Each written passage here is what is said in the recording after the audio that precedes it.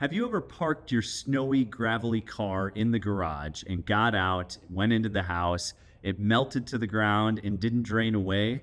Well, today we're talking floor drains on Detached Garage. Stay tuned.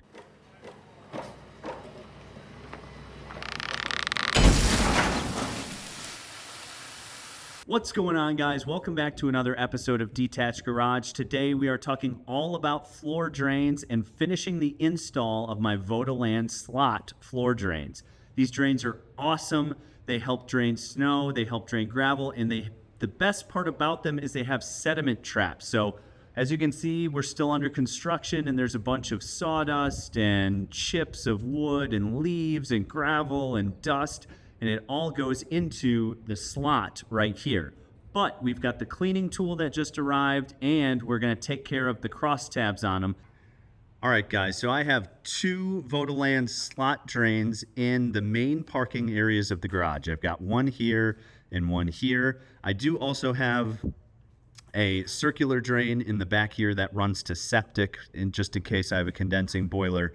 But today we are talking specifically about the Vodaland slot drains. So I'll cut to a clip now of these being installed and the concrete poured around them.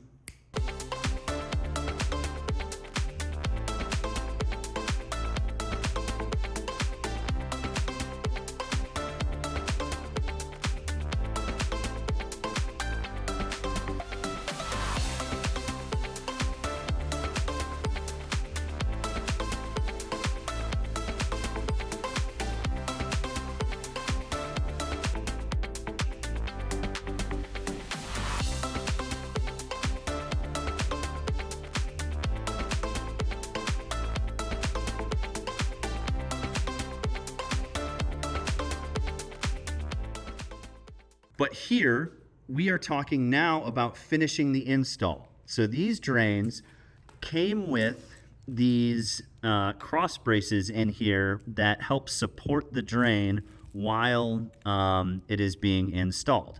And so the drain itself has like a U channel, and it's skinnier on the top than it is down below. And what I just received was this clean out tool that gets installed. You have to put it in like this, and then you can twist it sideways and it's stuck in there, but then you can pull all the gunk and debris. It doesn't work as well though with these little cross braces in there. And so what we're gonna do today is we're gonna remove those cross braces. You can see where my car was parked and some salt and stuff melted and then solidified again with the salt back onto the concrete floor. So today we are going to be talking about these drains, why I picked them, how to finish installing them, and what is the best way to make sure you don't leave your garage with a puddle like this. So there's a few options you can order when doing these drains. There is an option to actually put a hose feature connection on this back end here, so you can actually run water through and it will go down into the basin here. I didn't end up getting that because I didn't want to run any more PEX through the floor. We've already got the heating coils and the water run, but this is a fully 304 stainless steel drain. These actually come out pretty easily. Let's see if I can do this with one hand here. These pop out, and then you've got your sediment trap down here. Now, this is full of sawdust and stuff. You can also get additional drains that will go in here. And this is a pre-sloped drain. So we just basically have to set the level and make sure the drain itself is level. And this slope will carry water into this basin here. Now, if I can find it and dig it out, you can see that there is this strainer and catch basin down here with this nice little handle. So we are gonna clean some of this out and take some of this out. So what we're gonna do today is we're gonna use the cutoff tool to take down and take out these cross braces so we can run the cleaning tool and drag everything through the hole here into the catch basin and then get these all cleaned out and ready to go. All right, guys, so here's the plan. I'm gonna use the Milwaukee vacuum to get in here and vacuum out as much of this as possible. Then I'm going to use the cutoff wheel and take this off.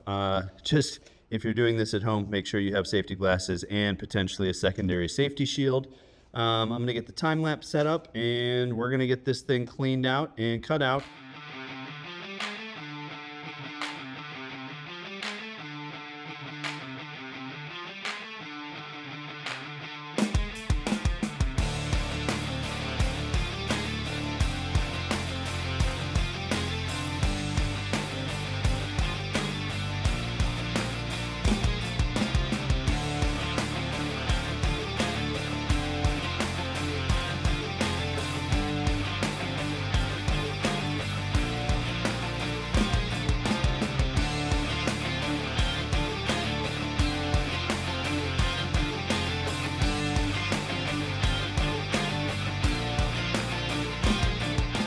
All right, guys, so as you can see, we have the tabs cut out and the tool fits in just fine. You put it in straight and then twist it, and then you can scrape and push and get all of the gunk out of there.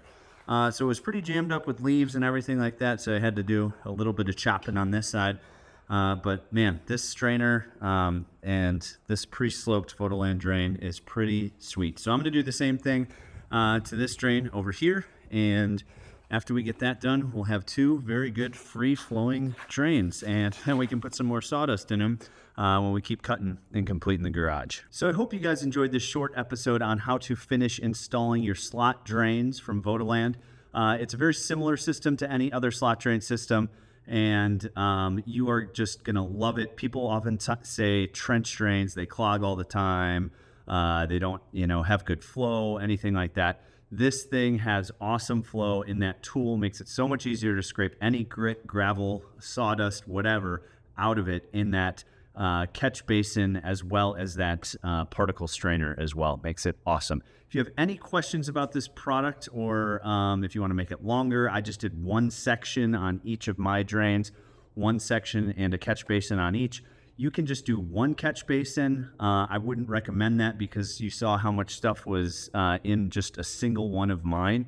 And so you can always keep it taped over during construction to help keep things out of it.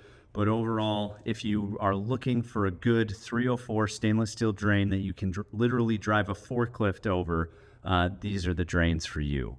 If you have any questions on your install, put them down in the comments below and let me know what you think about this video. Thanks again for watching Detached Garage.